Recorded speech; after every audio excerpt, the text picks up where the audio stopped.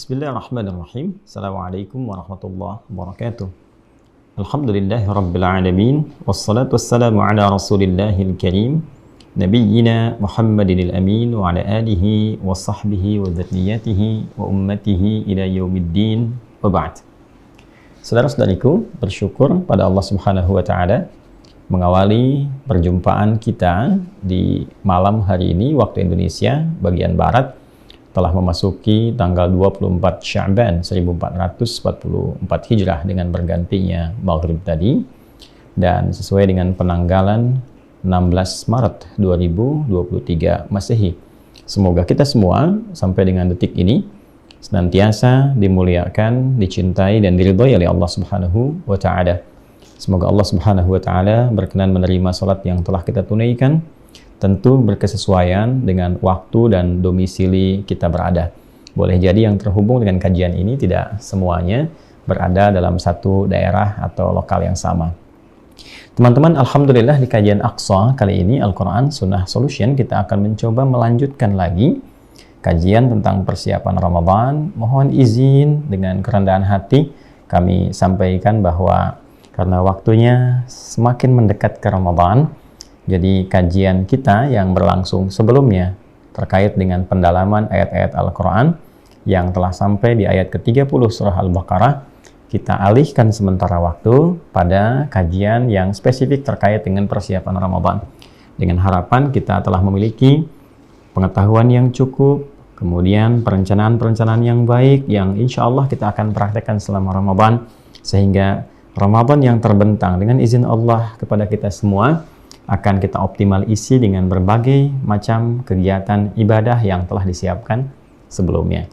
Alhamdulillah di pertemuan yang lalu kita telah menguraikan beberapa persoalan-persoalan dan juga terkait dengan pembahasan-pembahasan spesifik, dan terakhir kita membahas tentang penyempurnaan niat. Kali ini kita akan teruskan pada rancangan program Nabawi atau program-program yang diisyaratkan oleh Nabi Muhammad SAW ketika akan memasuki bulan Ramadan, sehingga dari berbagai program utama ini kita bisa maksimalkan dan optimalkan selama Ramadan kita insya Allah. Baik, langsung saja teman-teman sekalian. Seperti diketahui dalam penjelasan sebelumnya bahwa perintah tentang puasa yang ditandai dengan turunnya surah Al-Baqarah ayat 183 itu tidak turun di bulan Ramadan, tapi turunnya di bulan Sya'ban. Tepatnya di bulan Sya'ban, bulan ke-8 tahun kedua Hijrah. Ini bila dipahami dengan lebih mendalam, turun sebulan sebelum pelaksanaannya seakan memberikan isyarat dan pesan mendalam kepada kita semua agar mempersiapkan diri sebelum momentumnya tiba. Karena itulah waktu sebulan ini sangat bermanfaat bila kita lacak dalam paparan sejarah keislaman saat ditemukan Nabi SAW memberikan bimbingan-bimbingan, arahan-arahan kepada umat beliau dari kalangan sahabat pada masa itu tentang bagaimana menguatkan diri, menguatkan mental, dan mempersiapkan program sebelum masuk ke Ramadan. Jadi bagian pertama yang penting sekali kita garis bawahi adalah di dalam Islam seluruh kegiatan yang kita lakukan itu dibimbing agar terprogram dengan baik. Jadi ada satu visi yang sangat bagus sekali ya. Di Islam itu ada dorongan untuk menjadi pribadi yang visioner dengan menyiapkan berbagai macam rancangan program kan yang akan dilakukan, terkhusus bila akan menghadapi waktu-waktu yang istimewa atau momen-momen yang tidak biasa. Waktunya terbentang, maka apa kiranya program yang disiapkan untuk mengisi waktu itu sehingga tidak diisi dengan kebingungan atau kesia-siaan saja, dan tidak terjadi naik turun kegiatan yang tidak terukur karena hanya mengikuti situasi dan keadaan saja. Nah, ini yang digambarkan terkait dengan Ramadan. Langsung saja secara cepat, maka sebelum memasuki bulannya, yaitu bulan ke-9 di Ramadan, maka Nabi SAW mengingatkan kepada kita. Peringatan pertama ini bahkan disampaikan nanti oleh para ulama kita yang terangkum sempurna dalam kitab hadis yang telah dikodifikasikan seperti Sunan Ibnu Majah, dan saya juga cantumkan di buku kami yang makna ayat puasa. Yang ini teman-teman ya, yang sudah sering saya sampaikan. Teman-teman yang belum mendapati bisa langsung terakses di Wah Corner ya. Di sini saya sampaikan di mukaddimah yang kedua di halaman 25. Ya, 25 Romawi bisa Anda temukan. Di sini kita sampaikan dalam hadis riwayat Ibnu Majah. Ya, di sini yang paling kanan sebelah bawah ya, teman-teman sekalian, di halaman 25 mukaddimah. Ya, posisi paling kanan sebelah bawah. Ibnu Majah nomor hadis 1690. Hadis riwayat Ibnu Majah. Ya. Nomor hadis 1690. Nabi mengingatkan jauh-jauh hari bahwa rubba shaimin laisa lahu min siyamihi illal ju'. Di riwayat lain wal 'atash, kan? Jadi boleh jadi akan didapati tidak sedikit orang-orang yang menunaikan puasanya itu tapi tidak mendapati apapun hasil dari puasanya kecuali menahan dari lapar dan haus saja. Ya. Jadi ada orang menunaikan puasa yang sesungguhnya di Ramadan itu keistimewaannya begitu luar biasa, ya, dampaknya kepada perubahan perilaku, kepada kesehatan, peningkatan pahala, kedekatan dengan Allah, semangat menunaikan ibadah, terjalin ukhuwah yang lebih baik, berbagai macam manfaat. Tapi dia nggak dapatkan itu, kecuali hanya menunggu kapan waktunya buka, ya kan? Kemudian sahurnya kapan, bukanya kapan, sahurnya kapan, bukanya kapan. Pola puasanya hanya nahan lapar dan haus saja, cuman berpindah jam makan saja, ya, berpindah jam untuk mengonsumsi saja, ya, berbagai macam ragam makanan, dan aktivitasnya tidak berubah.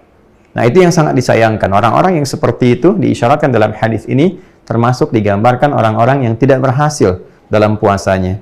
Ini orientasinya hanya sekedar menggugurkan kewajiban saja. Bahkan nanti problemnya ketika tidak mendapat nilai di sisi Allah, karena diduga punya problem dalam niatnya, seperti pembahasan sebelumnya. Mungkin capaiannya ingin dunia saja, ingin orang lain juga puasa, saya juga bisa, dan sebagainya. Maka sayang, jika sudah Allah berikan kesempatannya dan sangat berharga. Nggak semua orang belum tentu mendapati itu. Ya, karena itu, Nabi ingatkan jauh-jauh hari, jadi sebelum masuk ke momentumnya, Nabi berikan peringatan kepada kita. Nabi ingatkan, jadi beri pengingat, bahwa ada orang-orang yang ketika menunaikan puasa tidak mendapati apapun dari puasanya kecuali rasa lapar dan haus saja. Wa rubba qa'imin laisa lahu min qiyamihi illa as-sahar. Pun demikian, siangnya cuma nahan lapar dan haus, ya, dari mulai fajar sampai maghrib itu, malamnya cuma berdiri menghabiskan waktu malam begadang saja. Ya, nahan berdiri, naik turun, sujud, rukuk dan seterusnya sampai dengan salam, tidak mendapati apapun dari tarawihnya, dari sholatnya, yang seharusnya memberi ketenangan kepada jiwa, ya kan? Kedamaian pada hati, berpotensi diampuni dosa-dosa, doa yang menggetarkan arasy, ya, air mata yang mengalir, kesyahduan dalam memohon kebaikan, itu nggak dapat. Yang didapatkan cuma datang, capek, pulang, nunggu lagi besok puasa. Nah, maka jangan sampai didapati hal yang demikian terjadi, sehingga Nabi SAW mengingatkan kita, mengajarkan bahkan sebelumnya, dan langsung mencontohkan pada para sahabat, agar menyiapkan rancangan program sebelum memasuki bulan Ramadan yang dirindukan itu. Langsung saja, apa di antara program yang dituntunkan, diingatkan, diajarkan oleh Nabi SAW ketika akan masuk kepada Ramadan yang dimaksudkan? Maka secara singkat, teman-teman sekalian, program yang disusun itu dan diisyaratkan kepada kita adalah program yang terkorelasi dengan tujuan. Lagi-lagi ini pesan penting, ya, bukan hanya menginspirasi, tapi kalau kita turunkan semua ini bisa jadi menjadi manajemen, ya, manajemen aktivitas, manajemen kehidupan gitu. Jadi kalau bikin program itu, apapun yang akan kita lakukan harus sejalan dengan tujuannya. Tujuannya apa? Kan nanti bisa ditarik mundur tuh. Ini tujuannya, tarik mundur jadi program, ya. Misal tujuan terbesar seseorang itu ingin mendapatkan surga. Surganya surga Firdaus, ya kan? Nah, dari situ kan kita bisa keluarkan amalannya kan? Ya, apa ciri-ciri penghuni Firdaus itu di Quran? Kita ambil contoh Quran surah ke-23 Al-Mu'minun misalnya, kan? Ayat 1 sampai 9.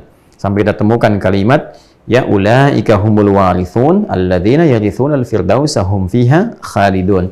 Mereka itulah calon penghuni surga Firdaus yang kekal di dalamnya. Siapa mereka itu? Maka karakteristiknya diurut sampai ke ayat yang pertamanya. Kita temukan, oh kegiatan mereka ini. ditarik itu semua jadi rancangan program dan diikuti dalam kehidupan kita. Apapun profesinya, jangan tinggal karakternya seperti ini. Ya, seperti sholatnya khusyuk, meninggalkan yang tidak penting, ya, berusaha untuk bisa berzakat, berbagi dengan harta, turunkan jadi program kehidupan, apapun profesinya. Nah, sama persis dengan ini, tujuan pelatihan Ramadan adalah pembentukan karakter takwa. Ini kan poinnya. Teman-teman, ini bisa kita temukan di Quran surah kedua Al-Baqarah ayat 183. Ya. Paling kiri sebelah atas di mushaf. Ya ayyuhalladzina amanu kutiba alaikumusiyam kama kutiba 'alal ladzina min qablikum la'allakum tattaqun. Jadi tujuan kita dilatih dalam Ramadan itu supaya bisa menjadi pribadi yang bertakwa. Maka tujuan ini atau goal daripada Ramadan itu, pendidikan Ramadan itu, kita tarik kemudian menjadi satu rancangan program sejak di bulan Sya'ban, kan? Yang akan kita eksekusi ketika masuk Ramadan ke sini. Nah, apa saja program-program takwa yang dimaksudkan? Maka kalimat takwa dan derivasinya di dalam Al-Quran setidaknya akan ditemukan sebanyak 240 kali. Kan? Takwa dan semua derivasinya. Yattaqun, tattaqun, muttaqin, muttaqun, dan sebagainya. Baik, dari 240 ini, kita akan temukan berbagai macam bentuk program-program yang melatih kita untuk menjadi pribadi yang bertakwa. Yang nanti akumulasi program itu ditingkatkan saat Ramadan, itu gambarannya. Misal, kata takwa pertama dalam Al-Quran, dengan derivasi turunan dari sini, ditemukan di Quran surah kedua Al-Baqarah. Di ayat yang kedua, amalannya nanti kita temukan sampai ayat ketiga misalnya. Ya. Dzalikal kitabu la raiba fihi hudal lil muttaqin. Al-Quran yang sangat istimewa ini, kan? Yang jauh dari apa yang kamu gambarkan, dari apa yang kamu tuduhkan, jangan pernah diragukan kebenarannya, kandungannya, kemuliaannya. Maka dia akan menjadi pedoman berkehidupan untuk insan yang bertakwa. Siapakah para insan bertakwa itu? Muttaqin di sini. Maka ayat ketiganya, alladzina yu'minuna bil ghaibi wa yuqimunas shalah. Ternyata karakter orang takwa itu yang pertama, kan, adalah orang-orang yang konsisten menjaga imannya. Jadi takwa tak mungkin dihasilkan kecuali dari dasar iman. Kan? Ini kuncinya itu iman, kunci takwa. Jadi takwa itu bukan kosakata bahasa Arab biasa ya. Ya, takwa itu kosakata bahasa syariat. Ingat, syariat. Jadi secara definitif kata takwa itu sebetulnya kosakata Islami, bukan standar biasa dalam kosakata bahasa Arab. Tidak. Ya, sama setengah dengan kata iman. Karena menjadi takwa itu basicnya harus iman dulu. Ya. Nah, karena itulah nanti panggilan-panggilan yang ada pada panggilan iman itu umumnya mengantarkan kepada ketakwaan, termasuk puasa. Ya ayyuhalladzina amanu, kan? Kutiba alaikumusiyam kama kutiba 'alal ladzina min qablikum la'allakum tattaqun. Iman mengantarkan ke sini. Apa programnya? Pertama, wa yuqimunas shalah. Salat. Ya kan? Nah, dan di situ kalau kita lihat di mushaf kan, ya, coba dicek di mushaf standar ya. Di paling kiri, di pertengahan ya, kita temukan dari atas sedikit ke bawah, kan? Nah, di situ kurang lebih demikian tertulisnya di mushaf ya, alif, lam, shad, lam, waw, kemudian ta marbutah. Ini sering sekali saya sampaikan begini. Ya, wa yuqimunas shalah. Jelas ya? Alladzina yu'minuna bil ghaibi wa yuqimunas salata wa mimma razaqnahum yunfiqun. Lihat salatnya, ini program pertama. Oke? Jadi ada yang alif, lam, shad, lam, alif, ta. Ada yang alif, lam, shad, lam, waw, alif, ta maftuhah. Ada yang seperti ini. Ya, secara singkat saya bedakan begini. Kalau ada yang begini, alif, lam, shad, lam, waw, alif, ta begini, salawat. Ya. As-salawat misalnya. Contoh Quran surah kedua Al-Baqarah ayat 238. Ya, paling kanan sebelah atas ya, di pojok di mushaf standar. Hafizu 'alas salawati nih. Ya. Nah, kalau ditemukan yang seperti ini bentuknya itu bentuk jamak. Tapi jamaknya sifatnya terbatas. Ya, spesifik lagi menunjuk pada salat fardu, ya kan? Salat fardu kan bilangannya jamak kan? Ya, 5 waktu 17 rakaat ya. Hafizu 'alas salawat. Jagalah waktu-waktu salat yang fardu itu, yang pokok itu. yang 5 waktu. Ya, wassalatil wusta, khususnya yang pertengahan di antara 5 itu. Jadi tafsirannya ada beberapa. Ada yang menyebutkan salat asar, ya ada yang menyebutkan juga salat subuh, ya. Jadi ada beberapa tafsiran. Tapi saya ingin batasi di sini dulu. Kalau ada kalimat as-salawat, kita dapati khususnya dalam Al-Quran terkait dengan praktek salat dalam bentuk ibadah pokok, dibuka dengan takbir dan diakhiri dengan salam, maka yang dimaksudkan ini yang fardu, yang 5 waktu, yang standar, 17 rakaat. Ya. Tapi kalau kita temukan bentuknya yang seperti ini, ya, terlihat bentuknya tunggal, tapi maknanya luas, bermakna jama'. Ya kan? Jama' yang dimaksudkan artinya melebihi ini, batas yang 5 waktu ini yang berhukum wajib, yang fardu sifatnya. Artinya, kalau melewati sifat wajib, berarti juga masuk nanti ke dalam aspek yang sunnah, nafilah, nama salatnya berhukum sunnah, nafilah. Ya. Jadi ketika kita diminta meningkatkan takwa, Al-Quran jangan ragukan kandungannya, akan jadi pedoman hidup bagi insan bertakwa. Siapa mereka? Alladzina, siapapun yang mengatakan dirinya muslim, semua tanpa kecuali, nggak ada batasnya. Alladzina disebutkan 1080 kali dalam Al-Quran. Yu'minuna, yang berkeinginan terus meningkatkan imannya. Ingat, bukan amana yang jamaknya amanu, tapi menjadi mudhari'. Yu'minu jamaknya yu'minun. Ya, mudhari itu ya sekarang, terus, ya present, continuous, and future, sampai kapanpun. Ya, jadi dia ingin meningkatkan keimanannya pada Allah Subhanahu wa Ta'ala, yang dia buktikan lewat apa? Ya, peningkatan salat yang pertama. Nah, karena sifatnya meningkat dari yang standar beriman kan menunaikannya 5 waktu nih. Ini standar beriman. Jadi kalau dia meninggalkan salatnya, dipertanyakan keimanannya. Karena salat pun di Quran disebut dengan iman. Ingat itu ya. Di Al-Baqarah ayat 243, ya 143, Quran surah kedua. Ya, saya koreksi, Quran surah kedua ayat 143, ya. Wa ma kana Allahu liyudhi'a imanakum. Ya, perhatikan kalau Anda nanti lihat lagi di mushaf, lihat mau ke akhir ayatnya itu temukan, ya. Wa ma kana Allahu liyudhi'a imanakum. Dan tidaklah Allah Subhanahu wa Ta'ala akan menyia-nyiakan, maksudnya tidak memperhatikan, memberikan pahala ya atas salat yang kau tunaikan dengan imanmu itu. Jadi di situ salat disebut dengan iman, ingin memberikan kesan bahwa pelaksanaan salat itu adalah gambaran dari keimanan seorang hamba. Tidak disebut dia beriman kecuali menunjukkan bukti keimanannya. Lewat apa? Salat. Ini yang dimaksud Quran surah ke-20 Thaha ayat ke-14 itu. Innani anallahu la ilaha illa ana fa'budni wa aqimis salata li dzikri. Kata Allah, sayalah Allah, nggak ada Tuhan yang dipertuhankan kecuali saya, kata Allah. Maka kalau engkau bertuhan ke saya, buktikan lewat menyembah saya. Lewat apa? Tunaikan salat. Ya, tunaikan apa? Salat. Karena itu Nabi menyampaikan perbedaan al-farqu baina al-mu'min wal kafir tarkus salah. Perbedaan antara orang beriman dengan yang belum beriman itu terlihat pada salatnya, dikerjakan atau ditinggalkan. Ya kan? Ini gambarannya ya, atau kama qala Rasulullah sallallahu alaihi wasallam. Ini yang iman standar. Jadi standar beriman itu ini mengerjakan yang 5 waktu. Nah, kalau levelnya ingin kita naikkan level imannya sehingga mendapatkan karakteristik orang yang bertakwa, mendapatkan akumulasi kebaikan, maka tingkatkan sholatnya. Karena itu untuk Ramadan, ya kan? Ini persiapannya. Karena ingin meningkatkan takwa, maka kita harus keluarkan rancangan program selama Ramadan. Keluarkan jenis sholat apa saja.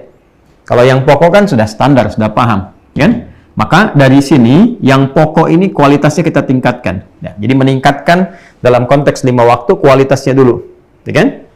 Yang pertama misalnya dari segi waktu sudah hafal waktu sholatnya. Yang tadinya kadang-kadang abai, ya kan? Nggak tahu kapan, ya? Maka kita tingkatkan dengan pengetahuan. Ini standar beriman kalau pengen naik. Ini ada di Quran surah ke-4 ayat 103. Ya kan?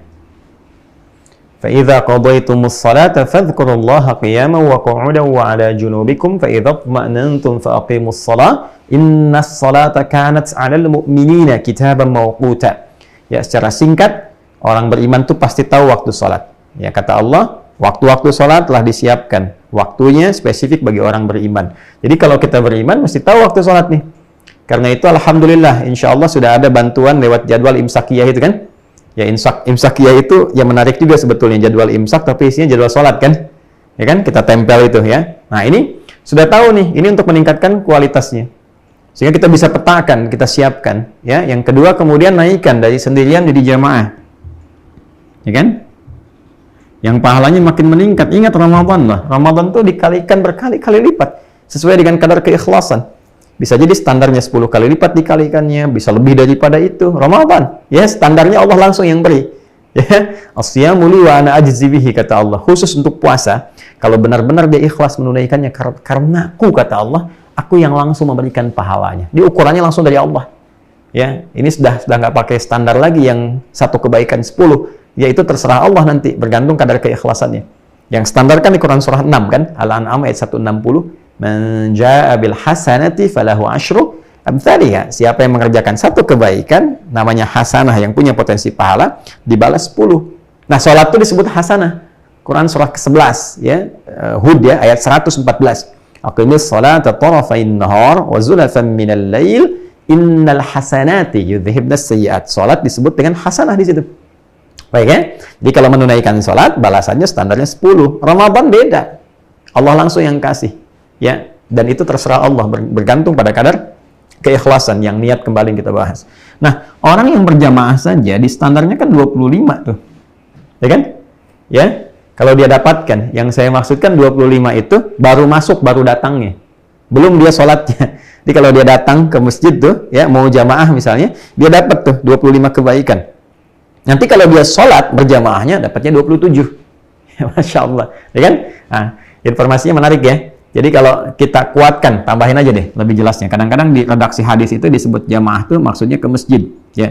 Tapi secara fikih kadang-kadang kita dapati ada kondisi tidak memampu kita ke masjid misalnya, maka minimal jaga jamaahnya. Ya, misal yang di rumah jaga tetap berjamaah.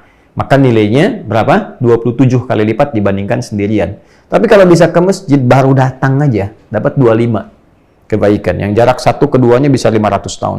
Dua ketiganya bisa 500 tahun. Ya. Lalu di masjid tunaikan dengan berjamaah dapat lagi 27 derajat nih. Ya. Dan itu pahalanya, itu yang standar. Kalau Ramadan dikalikan lagi. Baik ya. Ini yang fardu nih.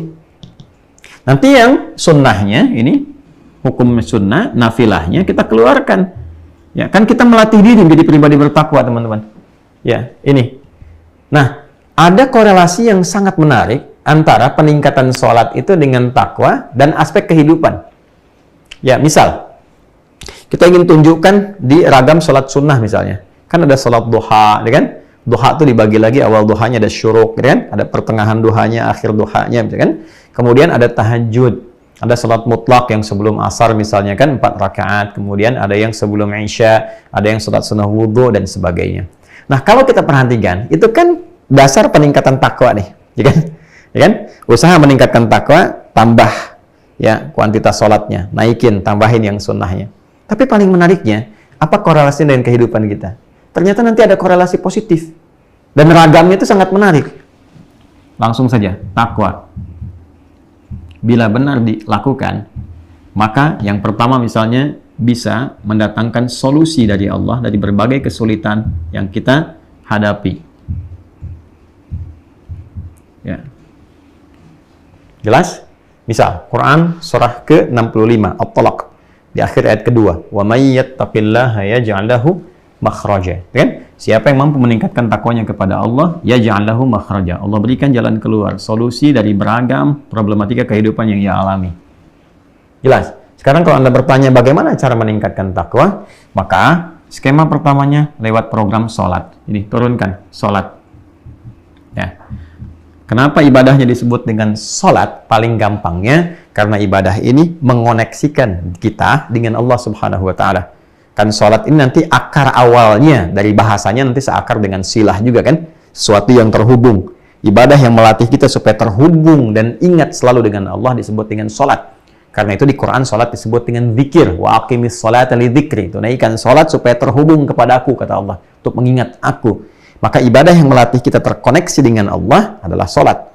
Nah, dalam teori kan begini, semakin banyak koneksi, apalagi misalnya di kalangan makhluk nih, orang-orangnya hebat, punya akses begini, kita punya koneksi ke sana, kan semakin mudah kan? ya kita beraktivitas. Sekarang Anda terkoneksi dengan Allah yang punya segalanya, yang maha segalanya. Apa yang sulit bagi Allah? Kan? Karena itulah kemudian ketika diturunkan dalam bentuk sholat, ragam sholat itu ada yang terkait dengan ini. Ya. Tahajud, ya. Tahajud itu kan kalau konsisten kita tunaikan dengan baik, itu salah satunya apa? Mengantarkan solusi. Buka Quran surah ke-17 itu, ya, ayat 79 sampai 81. Wa minal laili fatahajjad bihi nafilatan laka asa nafilah. Asa ay yab'atsaka rabbuka maqaman mahmuda. 1. Wa qur rabbi adkhilni mudkhala sidqin. 2. Wa akhrijni. Saya baca pakai idgham tadi. 3. Wa akhrijni mukhraja sidq. Ini. Ya Allah berikan solusi jalan keluar dari setiap problem yang dialami. Lihat korelasinya. Meningkatkan takwa, mendapatkan solusi, mengentaskan masalah. Bagaimana detailnya? Lewat sholat. Apa jenis sholatnya? Misal seperti tahajud. Nanti rizki, wa yarzuqhu min haitsu la yahtasib. Rizkinya dimudahkan. Apa skema sholat terkait dengan peningkatan rizki? Misalnya sholat duha. Apakah di bagian pertamanya, pertengahannya, atau akhirnya? Nanti ada turunannya. Jelas? Nah, nanti ada yang terkait dengan ilmu. Wattaqullah wa yu'allimukumullah. Apa yang terkait dengan ilmu? Perihal sholat itu. Nanti ada turunannya lagi. Itu yang menyebabkan kenapa Al-Imam Al-Bukhari setiap kali akan menuliskan hadis, beliau sholat dulu 2 rakaat. Ya, untuk mendapatkan taufik dari Allah Subhanahu wa taala. Yakin baru dituliskan. Itu yang menjadikan Ibnu Sina kalau lupa datang ke masjid salat 2 rakaat. Ya, jadi ada banyak hal ya dari hikmah yang esensinya menjadi rahasia besar dalam kehidupan. Tapi poinnya, sepanjang kita membangun kedekatan dengan Allah yang kuat, sepanjang koneksinya kuat, semua akses terbuka. Ya, yang tentunya diberikan oleh Allah untuk kebutuhan kemaslahatan kita sepanjang Allah kehendaki. Nah, jadi secara singkat terkait sholat ini nanti segala bentuk yang sunnah dari sekarang dituliskan teman-teman, ya, dari yang rawatib, nah, kemudian sampai yang mutlak, ya, yang rawatib yang bersanding dengan sholat fardu baik sebelum atau setelah, ya kan? Nah, biasanya para ulama mengklasifikasikan yang 12 rakaat itu. Ya, 2 rakaat sebelum subuh, 4 rakaat sebelum zuhur, 2 rakaat setelah zuhur, 2 rakaat setelah maghrib, 2 rakaat setelah isya, ada 12. Kalaupun tak sempat yang 4 rakaat sebelum zuhur, bisa 2 rakaat yang riwayatnya Ibnu Umar itu. Ya, hafidtu, saya hafal an Rasulullah sallallahu alaihi wasallam 10 rakaat. Saya hafal dari Nabi sallallahu alaihi wasallam itu 10 rakaat yang salat rawatib, ya kan? Nah, kemudian yang mutlaknya bisa dihadirkan. Ada yang dekat dengan waktu salat sebelum atau setelah salat. Seperti 4 rakaat sebelum asar. Dari Ibnu Umar radhiyallahu taala anhuma, kan, rahimallahu ra'an shalla qabla al-'asri arba'an. Kata beliau dari Nabi sallallahu alaihi wasallam menyampaikan Allah akan banyak merahmati orang yang mau menunaikan 4 rakaat sebelum asar, ya. Jadi kita turunkan dari sekarang nih. Apa saja? Dan yang paling penting di antara sekian banyak salat sunnah itu adalah salat yang langsung diisyaratkan oleh Nabi spesifik di malam-malam Ramadan. Sampai hadisnya itu disetarakan diksinya dengan diksi hadis puasa yang di siang harinya. Jadi kalau di siang harinya man shoma Ramadhana, yang kemarin kita bahas deh, man shoma Ramadhana imanan wa ihtisaban ghufira lahu ma taqaddama min dhanbi. Yang ini man qama Ramadhana imanan wa ihtisaban ghufira lahu ma taqaddama min dhanbi. Dan secara bahasa itu menarik tuh. Jadi yang siangnya man shoma, tuh kata dasarnya lihat ya, 3 huruf, shad alif mim. Yang malamnya man qama. Cuman beda 1 huruf saja, ini shad, ini qaf. Kesananya semua sama tuh. Ya, sama semua. Sampai ujungnya tuh. Ini istimewa. Jadi sedapatnya bisa kita lakukan ya seoptimal mungkin. Kalau disebutkan oleh Nabi berarti sesuatu yang penting sekalipun sifatnya sunnah. Ya, ini yang kita sekarang namakan dengan tarawih itu teman-teman sekalian. Ya, jadi siapkan. Ya. Kenapa penting diprogramkan untuk memburu tarawih yang baik ini? Karena ada keistimewaan di tarawih yang nggak ditemukan di selainnya, khusus untuk Ramadan saja. Khusus untuk Ramadan. Apa itu? Ghufira lahu ma taqaddama min dhanbi. Orang yang benar tarawihnya sampai bisa berpengaruh kepada jiwanya, dia lakukan tulus karena Allah, dia mengevaluasi dirinya, dan dia katakan di setiap sela-selanya seperti Nabi ajarkan ijazahnya kepada Sayyidah Aisyah radhiyallahu taala anha. Ya, beliau sampaikan, Allahumma innaka afuwun tuhibbul afwa fa'fu anni.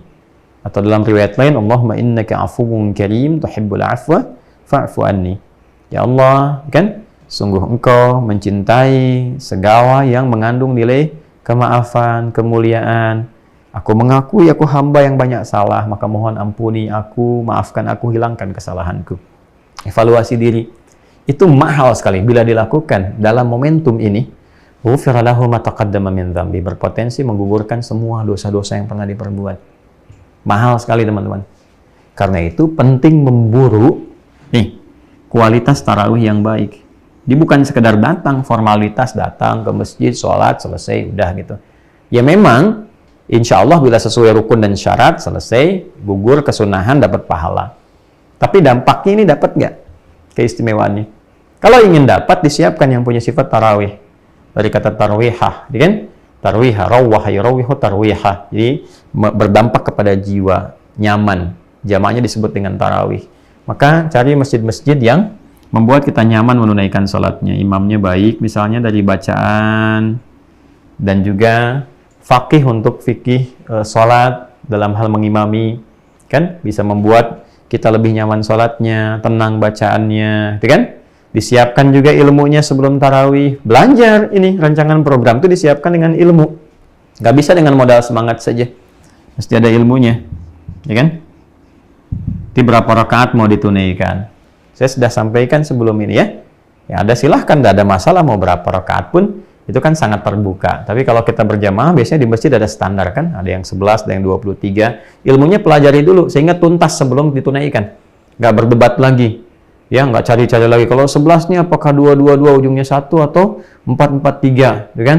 Terus kalau 3 itu apakah dibagi 2, 2 dengan 1 atau langsung 3? Ya kan? Kalau 4-4-3 di tengah-tengahnya itu ada tahiyatnya apa enggak? Selesaikan sekarang. Jadi ketika dilakukan bisa selesai. Ya kan? Boleh nggak lebih daripada 23? Kalau mau ditambah berapa misalnya dan sebagainya. Selesaikan dari sekarang. Jika kita bisa mendapatkan kenikmatannya. Ya, ini gambarannya. Di ilmunya dipelajari, ininya diburu, dioptimalkan sebaik mungkin. Nah ini teman-teman sekalian. Jadi dari sekarang kita insya Allah sudah menyiapkan. Kalau Anda misalnya ada di DKM, dicari imam-imam yang baik, dibagi biasanya kan, biasanya sekali dibagi 3 ya. 10 yang pertama, 10 kedua, 10 terakhir. Biasanya yang terakhir itu nanti ada bergantian lagi untuk malamnya. Kalau mau ditambah nanti malamnya tambah lagi qiyamnya, kan? Dan seterusnya. Seperti yang sekarang di Mekah, di Madinah kan, itu dioptimalkan, tambahin lagi gitu. Nah ini memang sunnah salafus salih, orang-orang baik yang terdahulu itu meningkatkan ibadah, khususnya dalam hal sholat. Bahkan ada yang di antara para imam-imam besar itu, ya, ada yang memang optimal luar biasa, sampai ada yang dalam sehatnya dia, wah ini memang nggak mudah ditiru, sampai 300 rakaat itu ada. Bahkan ada yang dalam sakitnya dikurangi 150 rakaat. Ada yang demikian. Anda baca deh sejarahnya, misalnya Imam Malik bin Anas, ya, rahimahullahu ta'ala misalnya. Kemudian tersambung bagaimana itu punya masing-masing luar biasa. Imam Abu Hanifah misalnya, rahimahullahu ta'ala, bagaimana menjaga wudhunya, bagaimana takwanya kepada Allah. Imam Malik bagaimana, Imam Syafi'i nanti dengan Qur'annya, yang Ramadan itu sehari 2 kali khatam, ya. Keberkahan waktunya luar biasa. Allah berikan keberkahan. Kalau udah Allah kasih keberkahan, itu jangan diukur dengan standar yang belum berkah atau yang berkahnya sedikit. Anda jangan tanya begini, bagaimana bisa menghatamkannya? Kan kalau saya ukur standarnya begini, itu standar Anda. Standar saya misalnya kan. Tapi kalau standar orang-orang berkah, tidur kayak sehari ternyata 309 tahun. Dengan ya, ada yang tidur sehari ternyata 100 tahun. Ada yang waktunya Allah padatkan tuh. Ya, ada yang sekali lagi waktunya Allah bentangkan sedikit tapi terasanya diberikan keberkahan yang panjang gitu. Sehingga dia bisa melakukan itu sesuai dengan petunjuk Nabi Shallallahu Alaihi Wasallam, ya, sekemampuan yang bisa dilakukan. Nah, tentu ukurannya akan berbeda-beda. Anda nggak harus ngejar sekian tidak. Tapi seoptimal kita bisa mendekat kepada Allah, yang kita rasakan merubah perilaku kita. Karena levelnya beda-beda. Ini kan level ulama. Ulama kan pekerjaannya untuk ibadah, setelah Ramadan mengajar. Makanya para ulama itu rata-rata kalau Ramadan itu nggak mengajar. Ya rata-rata mereka ibadah. Nah, ini yang mau saya tiru di bulan ini. Karena itu saya minta maaf ya, mohon izin pada teman-teman sekalian. Jadwal kami itu udah kami isi penuh dengan insya Allah ada ibadah gitu yang optimal, mengkaji juga, memperbaiki diri lagi, sehingga nanti ngajarnya kan cukup 11 bulan. 11 bulan mengajar, dan 1 bulan izinkan saya mengoreksi diri. Beristighfar, mengingat dosa-dosa, salah dalam penyampaian, ingin mengoreksi gitu kan, dan macam-macam, sehingga kita juga punya peluang yang sama untuk mohon ampunan pada Allah Subhanahu wa Ta'ala. Kan nggak mungkin selalu benar, itu nggak mungkin, mustahil itu, pasti ada kesalahan. pasti ada yang khilaf, ya pasti ada yang keliru menyampaikan. Jadi kita harus punya waktu untuk memperbaiki diri, menata lagi lebih baik lagi, sehingga apa yang diajarkan itu benar-benar sesuai dengan ketentuan yang diajarkan oleh Nabi Sallallahu Alaihi Wasallam dan diridhoi oleh Allah Subhanahu wa Ta'ala. Jadi ini poinnya teman-teman sekalian ya. Gitu. Jadi ini terkait dengan sholat.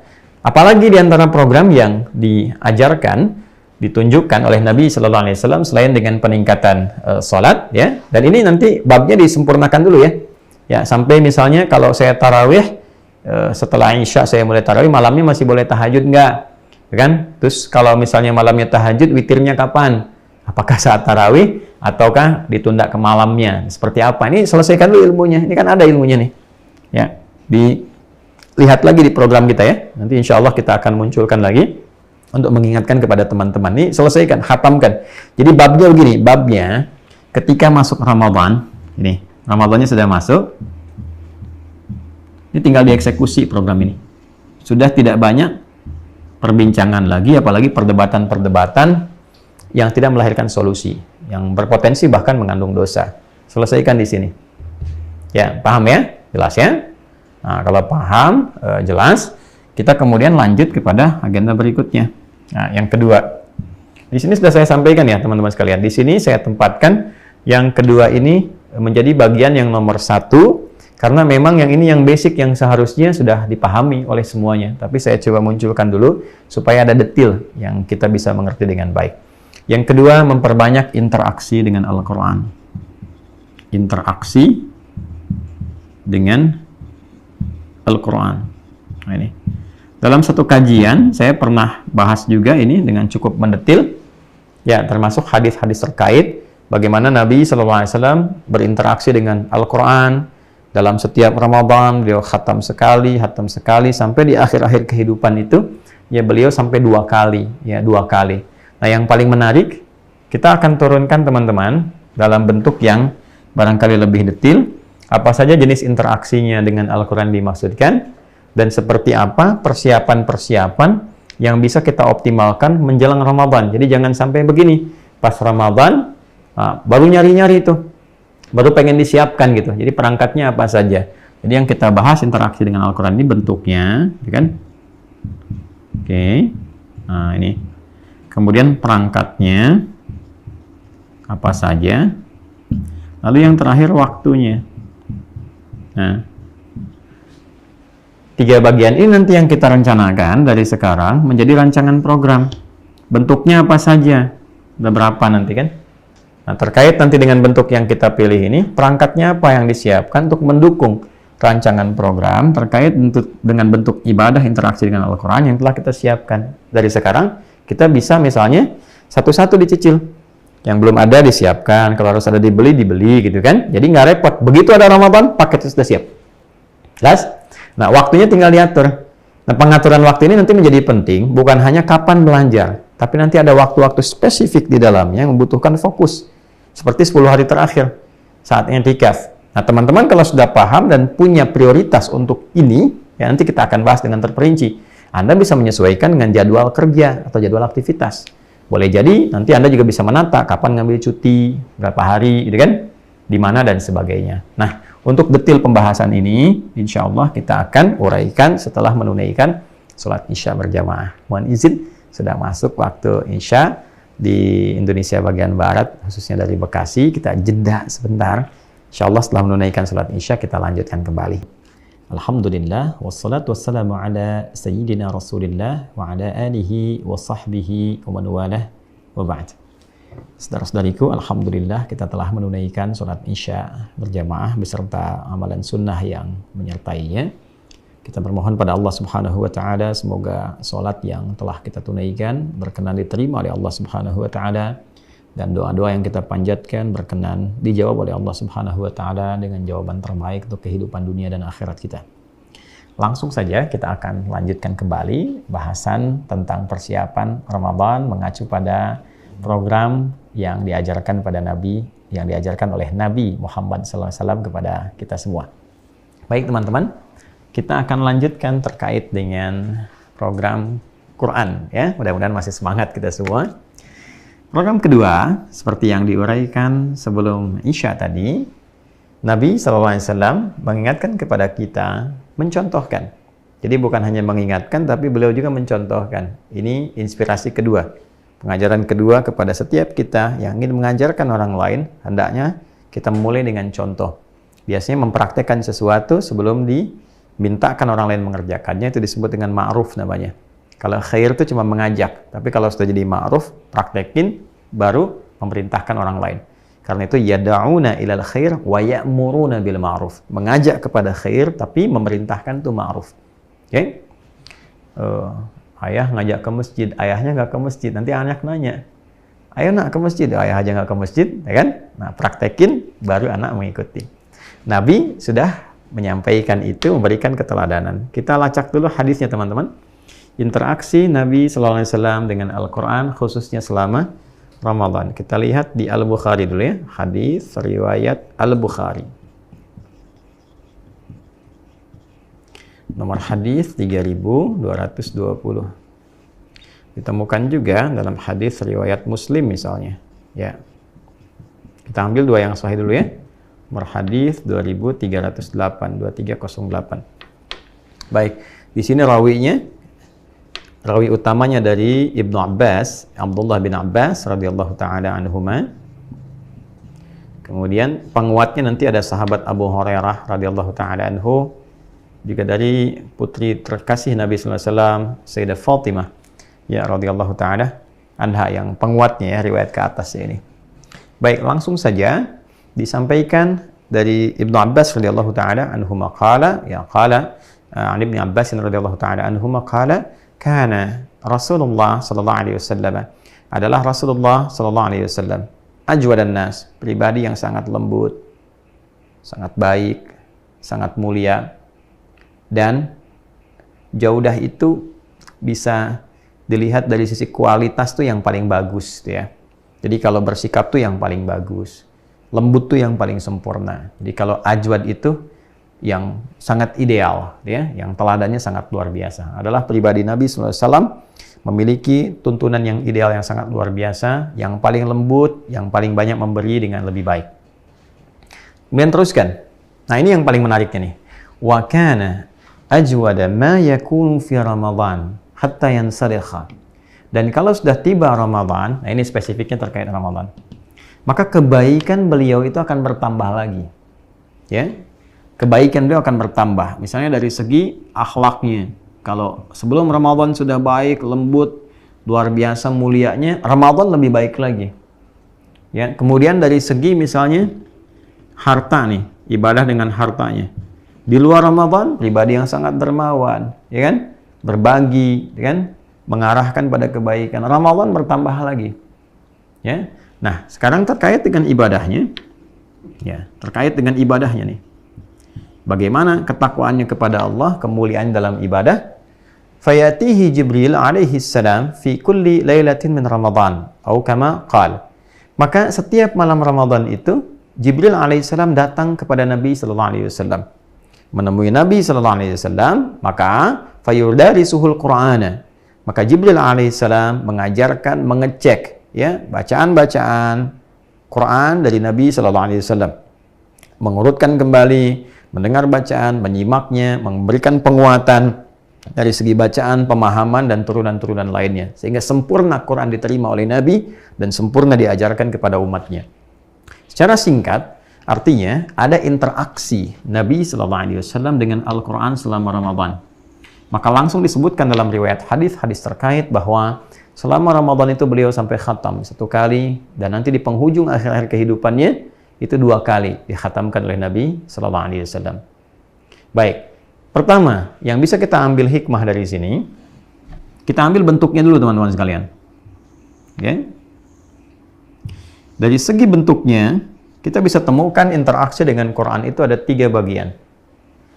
1, ada bentuk qiraah yang murni terkait dengan bacaan saja, ya, tidak menuntut unsur pemahaman pada umumnya. Jadi yang diperbanyak adalah unsur bacaan. Ya, kalau dalam masyarakat kita berapa kali khatam, gitu kan? Nah, tapi ingat, karena kalimatnya diikat dengan jaudah, ajwad, kemudian dirasah, maka bacaan itu tidak sekedar hanya terbatas pada bacaan. Tapi bacaan yang benar, bacaan yang berkualitas, bacaan yang diawali dengan pengetahuan, lagi-lagi ilmu sini. Ya.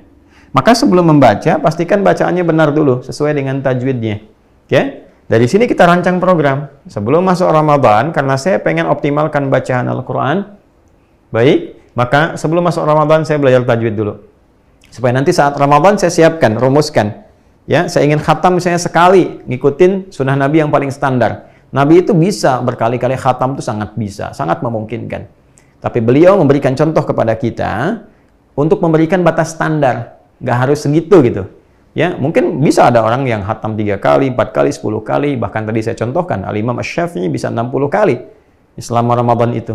Sesuai batas kemampuan, tapi diikat dengan hukum-hukum standar di ilmunya ini. Ya, karena itu yang dikejar itu bukan berapa banyak khatamnya. Yang dikejar itu adalah 2 bagian. Berapa banyak benarnya dalam bacaan dan berapa banyak yang dibaca itu memberikan pengaruh kepada jiwa kita. Sehingga nanti dalam beberapa riwayat Imam Syafi'i itu bahkan ada yang ketika sholat 50 ayat itu oleh beliau terus diulang-ulang. Ya, sepertiga malam itu cuma baca 50 ayat diulang-ulang sampai mendapatkan ya, spirit dari ayat-ayat itu. Arahnya kemana, pengaruh ke jiwanya seperti apa gitu.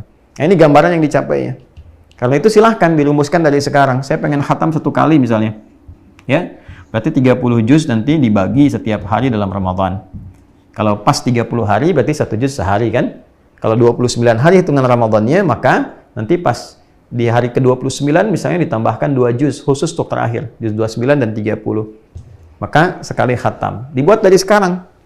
Ya, dan dibuat waktu yang mudah ini terkait waktunya. Langsung saja ke sini teman-teman. Bagaimana mengatur waktunya nanti supaya nggak terasa berat membaca Qur'annya? Ya, sederhananya kan begini.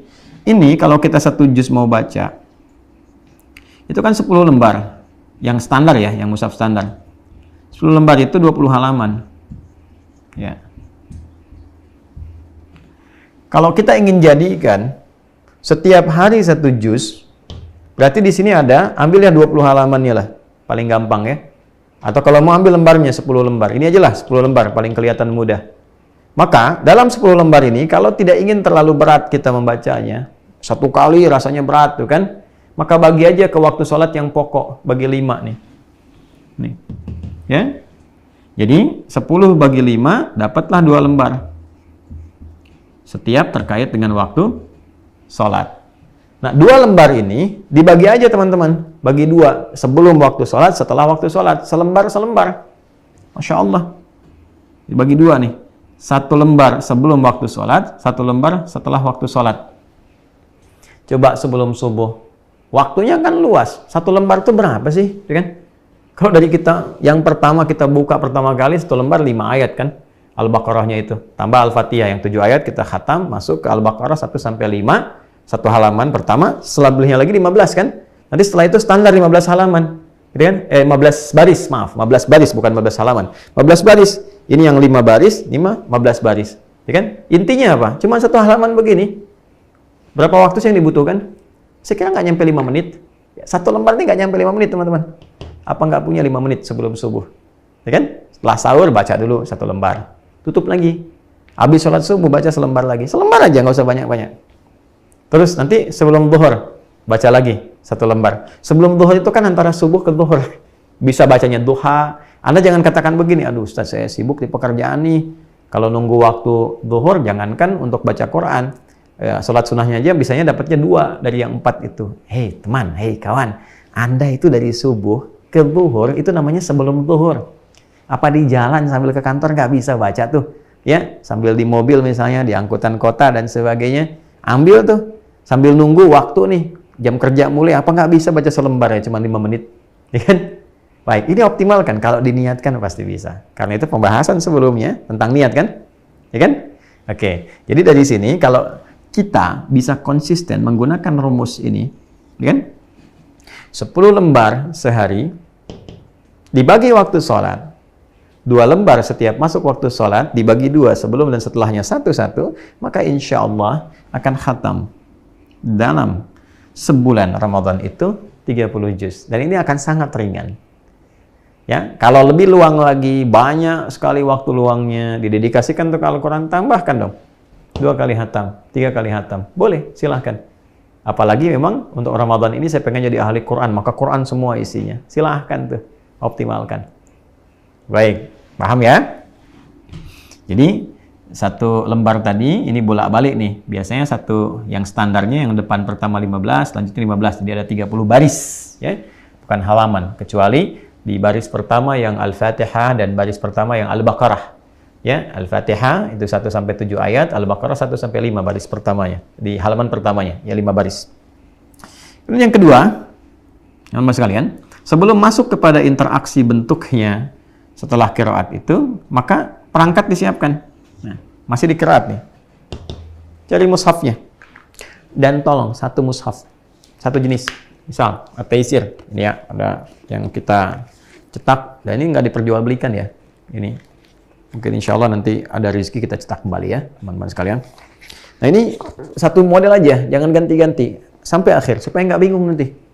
Ya, ini udah standar. Udah kita siapkan standar ya. Jadi ini 15 baris. Kan ada beberapa bentuk, ini bisa dibaca, bisa dihafal, bisa dikaji. Jadi sampai akhir satu aja, satu bentuk mushaf. Ya, jangan gonta-ganti. Jelas ya? Baik. Lalu lanjutkan, teman-teman. Setelah qiraat, ada lagi misalnya kita sampaikan tilawah. Bentuknya sudah kajian. Ya, kajian ini programkan nih. Mau bahas yang mana? Saya pernah sampaikan dulu apakah Al-Fatihah yang tiap hari dibaca 17 kali minimal kan? Ya, masa dibaca nggak tahu artinya, nggak tahu tafsirnya, maknanya apa. Orang dulu baca Al-Fatihah doanya terkabul, ya kan?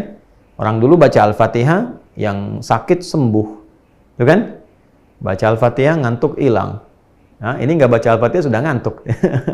Ya, kameramen kita ngantuk tuh. Baca Al-Fatihah. Masuk sini ya.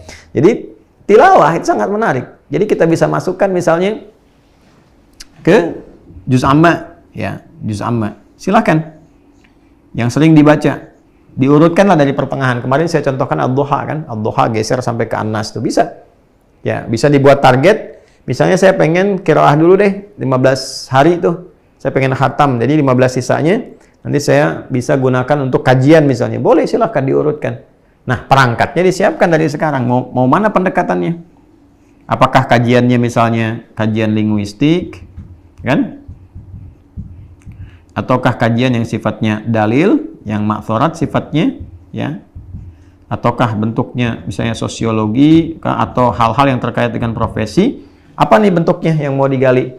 Maksud saya ini sifat tafsirnya ya. Kan ada tafsir basicnya yang linguistik, ada yang dalil, berbentuk dalil, yang ma'thurat. Jadi ditafsirkan, Quran tafsirkan dengan Quran lagi, atau dengan hadis, atau dengan qaul ulama. Ada Ibnu Jarir At-Tabari, Ibnu Katsir, kan, dan turunan yang lainnya. Ada yang fikih spesialis, ya. Ya, banyak sekali kalau fikih itu. Ya, yang ada yang pendekatannya langsung yang seperti Al-Qurtubi, banyak gitu kan. Nah, terus ada yang turunan-turunan yang spesifik, ya, penjelasannya khusus terkait dengan bidang-bidang fikih saja, misalnya ayat-ayat ahkam yang seperti karyanya Imam As-Sabuni, Rawa'iul Bayan fi Tafsiri Ayatil Ahkam, gitu kan? Ada lagi yang misalnya penjelasan-penjelasan terkait dengan sisi sosiologi seperti tafsirnya Al-Maraghi, gitu kan? Ada lagi yang tambahan sampai ke pendalaman seperti tafsirnya Al-Alusi, Ruhul Ma'ani. Ada lagi Mafatihul Ghaibnya Ar-Razi misalnya, ya, ke berbagai macam persoalan-persoalan yang masail-masail. Silahkan dicek dari sekarang. Atau terkait profesi Anda. Anda apa profesinya? Anda pengajar di bidang apa misalnya? Ilmuwan di bidang apa? Keluarkan ayat-ayatnya sesuai dengan bidang Anda. Sehingga ketika lulus Ramadan, Anda bekerja punya basic Quran yang kokoh, yang kuat. Anda pebisnis, kenapa nggak mengeluarkan ayat-ayat bisnis dikaji selama Ramadan? Ya, Anda diplomat, birokrat di pemerintahan, keluarkan ayatnya, keluarkan hadisnya. Setelah itu, silahkan optimalkan, amalkan isinya setelah kita lulus Ramadan. Jelas ya? Lalu yang terakhir, ini tahfidz. Ya, tahfidz. Hafalan. Ramadan itu Masya Allah, teman-teman, itu bulan Al-Quran. Bulan Al-Quran. Dan tidak biasa. Istimewa. Bukan yang standar yang berlaku. Karena Allah sendiri yang menyampaikan, Syahrul Ramadan alladzi unzila fihi Al-Quran. Di bulan Ramadan itu, yang kita berpuasa di dalamnya, saat itulah diturunkan Al-Quran. Sehingga ulama langsung menyifati bahwa bulan Ramadan itu Syahrul Quran, bulannya Al-Quran. Nah, karena memang spesifik istimewa Quran di bulan ini, Maka bukan hanya berlomba kita mengaktifkan interaksi kita dengan Quran, tapi semua jenis kemudahan terkait interaksi dengan Quran hadir di bulan istimewa ini. Nah, saya ingin berikan motivasi pada diri saya pribadi dan kita semua, khususnya terkait dengan hafalan ini. Jadi kalau kita ingin dapatkan waktu yang termudah menghafal Quran, Ramadan. Itu luar biasa. Ya, silakan manfaatkan teman-teman saat Ramadan. Bikin target. Jangan tanggung 30 juz misalnya. Silakan. Siapkan, optimalkan, tapi betul-betul niatkan. Yang kemarin telah kita bahas itu. Ya, niat yang sempurna. Nah, dimulai dari itu, bab niatnya. Sempurnakan dulu. Nanti kalau sudah ada niat, ada prioritas, ngatur programnya lebih enak. Kapan mau dilakukan? Kapan dieksekusi? Itu akan lebih cepat bisa diatasi. Dan semua problem-problem itu akan ringan karena prioritas. Ya, jadi tenaga kita menguat, motivasi kita lebih kuat lagi. Jadi semua hal-hal yang dikira akan menjadi tantangan yang menyulitkan akan mudah pada akhirnya. Ya, jadi disiapkan dari sekarang, dilihat waktunya, dibagi 3 bisa. Saya mau khatam 10 hari pertama, 10 hari kedua misalnya tilawah, dan nanti saat iktikaf saya pengen menghafal ayat-ayat yang saya tilawahi. Silahkan. Ya, optimalkan dengan baik, diatur waktunya. Cari kalau bisa program yang sifatnya agak berjamaah. Ya, agak berjamaah itu yang saya maksudkan begini, ada program khusus di satu tempat untuk menghafal. Kayak Masjid A, iktikafnya misalnya ada yang sambil tambahannya menghafal Quran. Bagus tuh, jadi nanti termotivasi dengan teman-teman yang lain, ada partner menghafal, partner murojaah, itu bagus. Ya, bersama-sama gitu. Nah, ini juga saya nasihatkan untuk perangkat disiapkan dari sekarang. Mushafnya disiapkan, waktunya diatur, masjidnya mau di mana, kalau mau i'tikaf, ya, dioptimalkan dengan baik. Nah, inilah amalan yang kedua terkait dengan Al-Quran. Ini program dari sekarang dirancang. Ya. Yang ketiga, teman-teman sekalian, menggiatkan sedekah. Di sini di nomor 2 ya saya gambarkan ya. Nomor 2 di halaman Muqaddimah yang 27 ya, sebelah kanan. Muqaddimah kedua halaman 27 Romawi ya. Di sini kita sampaikan menggiatkan sedekah. Jadi sudah masuk kepada bagian aspek amalan harta. Kalau di sini kedua, di sini ketiga berarti ya. Ini salat. Setelah itu interaksi dengan Al-Quran. Yang ketiga disebut dengan sedekah. Ya, menggiatkan sedekah. Sebetulnya kalau dalam pendekatan fikih, sedekah itu kullu ma'rufin sedekah. Semua yang baik itu disebut dengan sedekah. Pada asalnya demikian. Makanya zakat pun di Quran disebut dengan sedekah. Khudz min amwalihim sedekah. Ketika dikeluarkan sedekah. Innamas sedaqatu lil fuqara wal masakin, ya, dan seterusnya ayat. Ya, At-Taubah ayat ke-60 itu, ya. Jadi sedekah itu semua jenis kebaikan, kullu ma'rufin sedekah. Tapi dalam bab ini yang dimaksudkan sedekah terkait erat dengan materi atau harta. Ya, sifatnya harta atau materi.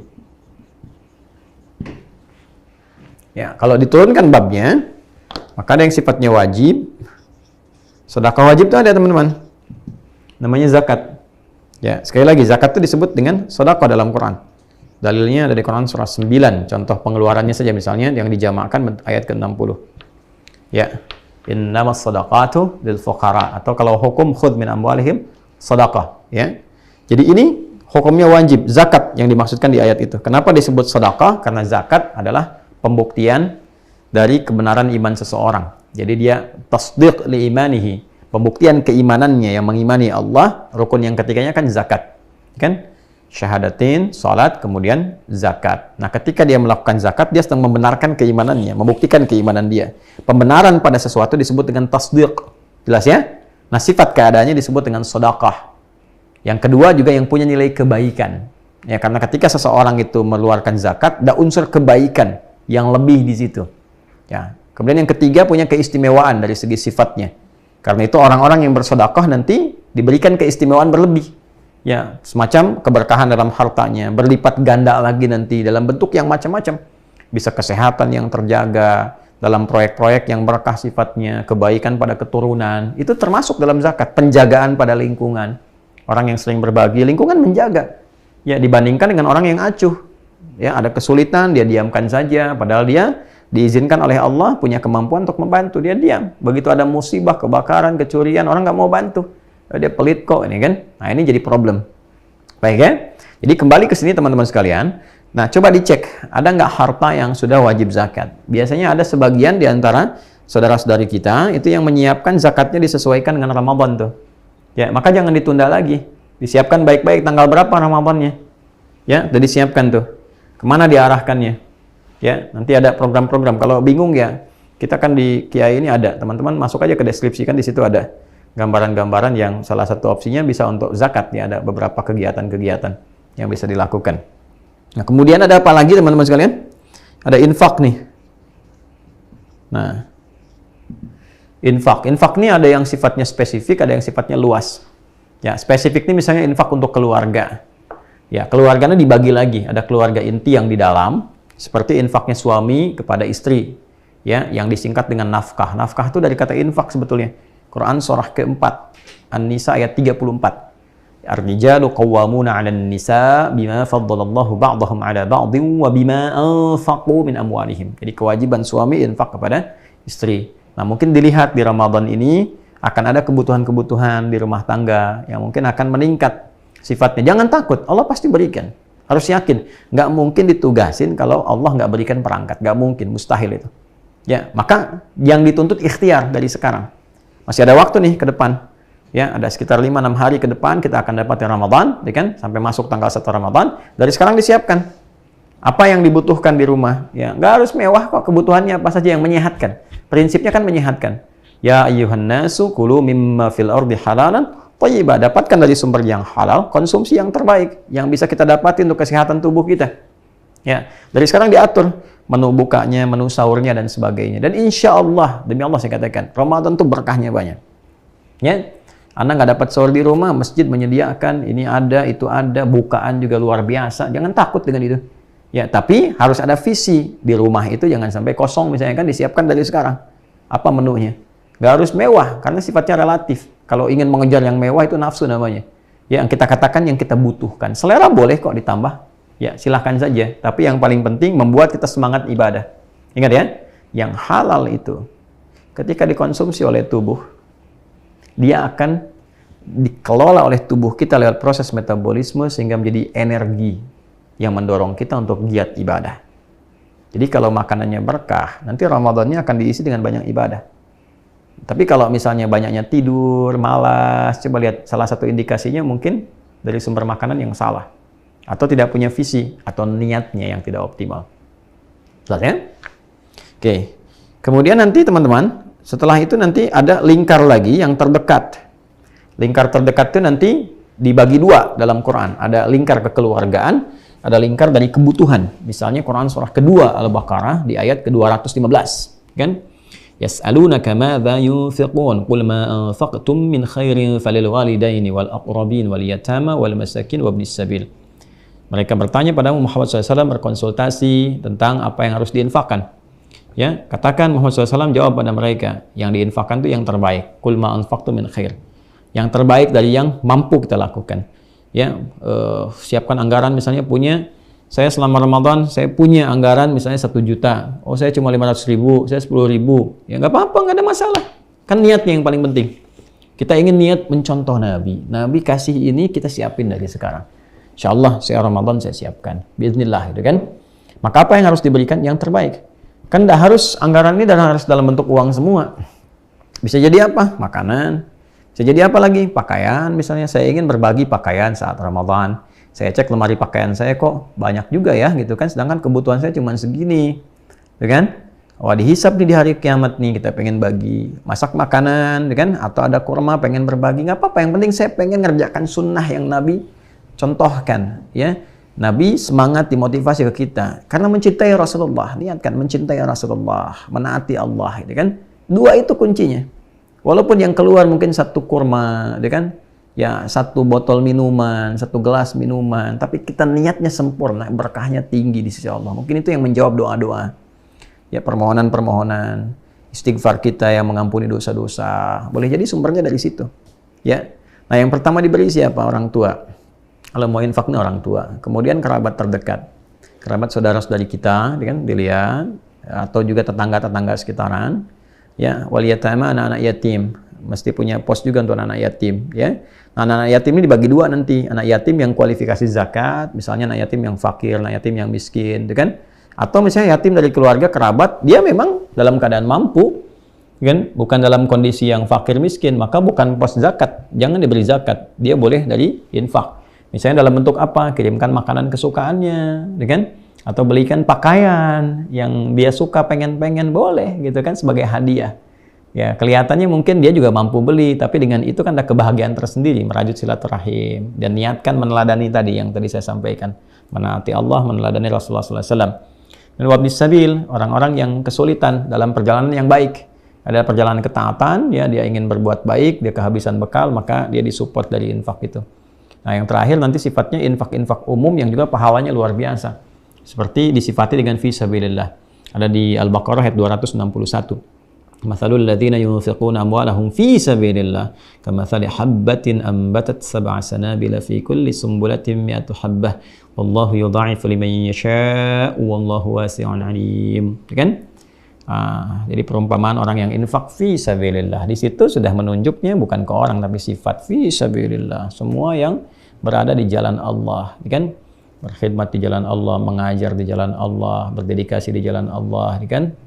Bangun sekolah macam-macam di jalan Allah semua. Silakan bisa menggunakan skema infak di sini.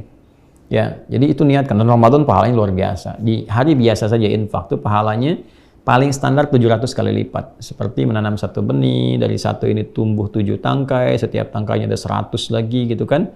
Ya, kebaikan di situ. Maka 1 kali 7 kali 100, 700. Itu yang standar. Tapi di luar itu, wallahu yudha'ifu liman yasha. Allah akan berkehendak melipat gandakan semau Allah berdasar keikhlasan hambanya. Kalau hambanya berhitung, diberikan sesuai hitungan. Kalau nggak berhitung, tanpa hitungan dikasih. Ya, seoptimal mungkin diberikan. Apalagi Ramadan, dilipat gandakannya berapa gitu. Insya Allah. Maka lihat proyek-proyek yang baik. Ya, kita di sini insya Allah ada yang pesantren ya. Pesantren tuh insya Allah itu, insya Allah dengan izin Allah nilainya barangkali akan paling banyak dari sekian banyak program yang kita siapkan itu. Karena di situ satu wakaf, nggak ada unsur-unsur yang lain, memang diwakafkan, diniatkan untuk beribadah pada Allah Subhanahu Wa Taala dari tanahnya loh, jangan lupa loh. Dari tanahnya, surat-suratnya sudah wakaf, bangunan semuanya gitu, dan itu berkelanjutan. Nggak ada orang yang bisa rubah ya dari skema yang telah ditetapkan itu wakaf. Karena itu selain sudah niat, sudah diwujudkan dan sudah tertuliskan semuanya. Udah, jadi insya Allah pesantren yang dibangun ini di setiap unitnya ada masjid kan, orang sholat di situ, ya orang baca Quran, orang itikaf di situ, ada orang sekolah belajar di situ, belajarnya ilmu-ilmu keislaman, mau jadi ulama lagi, berapa pahala yang didapatkan dari situ? Di asramanya, di asrama dia murojaah Quran, dia belajar lagi isi kebaikan, ya kan? Jadi insya Allah teman-teman akan dibuka, tapi waktunya terbatas nih sampai akhir tahun ini aja, begitu selesai sudah ditutup.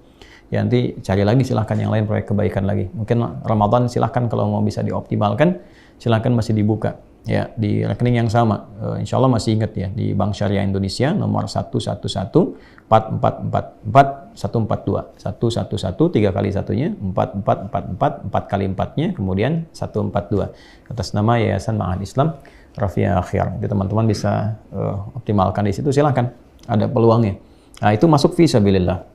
Ya, atau nanti yang lain-lain teman-teman bisa lihat aja lah di deskripsi itu. Kalau yang tanya ya di kita misalnya, ya kalau ada yang sesuai di tempatnya masing-masing ya silahkan dioptimalkan. Yang penting punya anggaran untuk ini. Ya, dari setelah anggaran yang spesifik tadi, anggaran yang sifatnya umum, itu yang sifatnya infak. Ya, jadi apa lagi nanti yang lainnya? Ya sebetulnya sih kalau sudah zakat, infak ya sudah namanya sudah sedekah. Kadang disatukan kan zakat, infak, sedekah, zis. Sebetulnya zakat, infak itu masuk sedekah. Udah masuk di dalamnya gitu. Nah, sedekah itu nama umumnya. Nama umumnya. Nah, cuman kalau teman-teman bikin kotak di masjid, saya sarankan dikasih spesifikasi.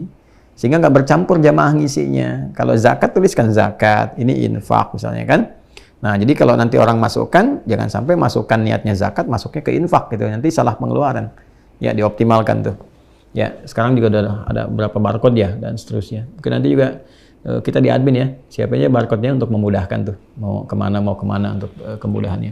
Nah teman-teman, ini gambaran yang bisa kita optimalkan. Ada beberapa program lain yang juga cukup menarik dan ini menjadi penting untuk kita siapkan sebelum kita masuk Ramadan. Namun waktunya barangkali tidak optimal untuk kita bahas di malam hari ini karena ada agenda-agenda lain yang harus kita lakukan. Saya ini barangkali akan menyelesaikan pada saat ini karena ada agenda yang akan saya teruskan untuk ada agenda yang penting yang nggak bisa saya tinggalkan setelah ini tepat sebentar lagi akan dimulai, jadi kita insya Allah akan cukupkan Hanya besok pagi ini nanti saya juga akan terbang insya Allah. Ya mungkin ada pada subuh mungkin ada sedikit kajian atau sesuai dengan waktu. Kalau nggak memungkinkan akan waktunya dioptimalkan untuk persiapan untuk terbang ke Jogja. Insya Allah ya teman-teman yang di Jogja, kita akan ada tabligh akbar sebelum Jumat, dan insya Allah saya juga akan jadi khatib dan imam di Masjid Kiai Suja ya, di daerahnya mana tuh? Gamping ya? Gamping ya, daerah Gamping di Yogyakarta, kemudian ke Kerembangan setelah itu. Jadi nanti insya Allah Jumatan di sana ya, ketemu teman-teman yang di Jogja insya Allah, besok ada di Yogyakarta. Nah, teman-teman, ini yang bisa dibahas di kesempatan malam hari ini sebagai persiapan Ramadan kita. Semoga Allah ridha pada apa yang kita pelajari, kemudian Allah berikan taufik untuk kita semua. Dan khusus untuk teman-teman yang Mira, saya lihat sudah tinggal 8 kuotanya. Jadi kalau sudah selesai, ditutup dulu ya. Mohon izin tutup dulu. Saya mau petakan semua pendaftar itu semuanya sesuai dengan jalurnya masing-masing. Lalu untuk STWH, semangat ya, Ramadan diisi. Mudah-mudahan kita ada satu sesi untuk bisa ketemu dengan STWH. Dan bagi teman-teman, ada juga program nanti untuk menghafal. Silahkan, salah satunya kita ada program untuk memperbanyak wakaf buku paket hafalan ya. Silahkan, nanti insya Allah akan dibuka program kembali. Dan teman-teman bisa cek aja di deskripsi ya. Ada program-program apa saja yang bisa teman-teman ikuti. Terima kasih untuk malam hari ini. Sekali lagi, semoga kita tetap dijaga, diampuni dosa-dosa, dan kembali kepada Allah dalam keadaan husnul khatimah. Allahumma taqabbal minna innaka antas sami'ul alim, tub 'alaina innaka antat tawwabur rahim. Allahumma ya arhamar rahimin, barik lana fi hadha syahr Sya'ban ya Allah, wa balighna Ramadan bis-sihha wal 'afiyah bi rahmatika ya arhamar rahimin. Rabbana atina fid dunya hasanah wa fil akhirati hasanah wa qina adzabannar. Sallallahu alaihi wasallam Muhammad wa ala alihi wa sahbihi ajma'in, wa akhiru da'wana subhanakallahumma wa bihamdika asyhadu an la ilaha illa anta nastaghfiruka wa natubu ilaik. Walhamdulillahi rabbil alamin. Assalamualaikum warahmatullahi wabarakatuh.